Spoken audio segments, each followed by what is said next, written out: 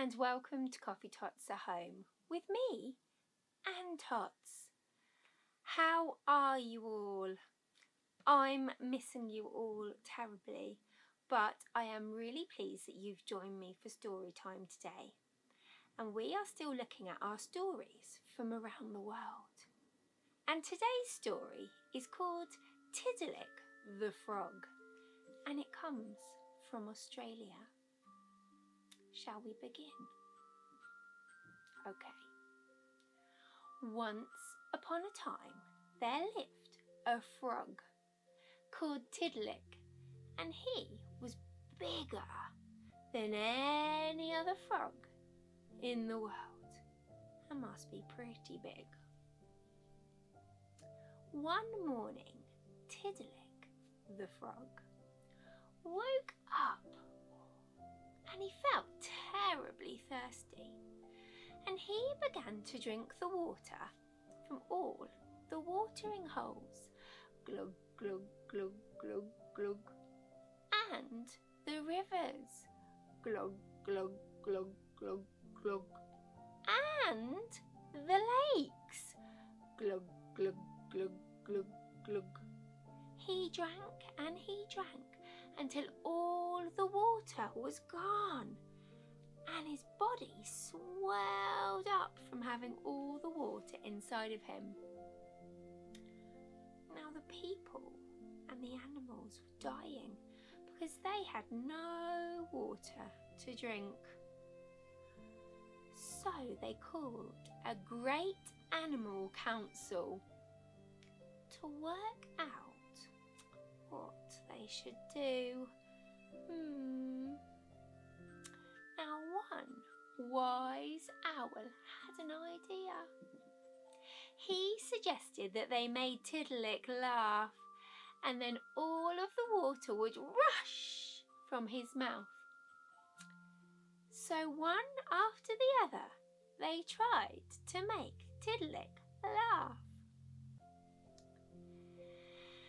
They did tricks and stunts, and they danced. And Goo Goo Gaga, the kookaburra, told his funniest stories. But still, Tiddalick the frog remained serious and quiet. Suddenly, out of the darkness, appeared an eel, and he stood up on his tail, and he began to dance around Tiddalick. Now he jiggled and he twisted into the most amazing positions. Can you make some amazing positions with your arms? Oh, I wonder what we can do. How can we get? And he finished by spinning around and around and around and around until he became an absolute blur. Whoa, around and around he goes. Suddenly, the corners of Tiddalick's mouth began to curl up, and his belly began to wobble, and he tried to hold on to his sides to stop himself laughing, but it was no good. He was laughing and laughing and laughing, and he couldn't stop himself laughing. He laughed and he laughed, and the water came gushing out of his mouth. It gushed so fast that there was a great flood, and the watering holes and the lakes filled up, and the animals and the people were no longer thirsty, and the land was restored to a paradise, and there was food and water for everyone.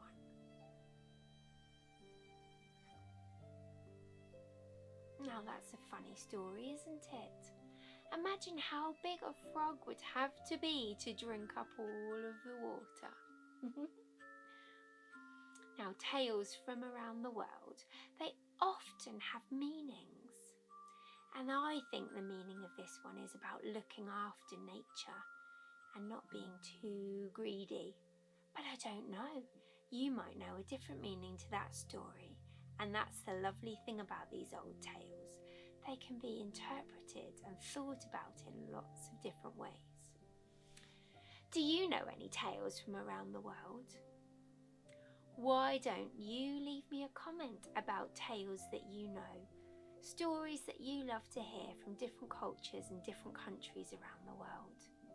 And maybe I can include it in another video in the future. That's all I have time for today, but thank you so much for joining me. Until next time.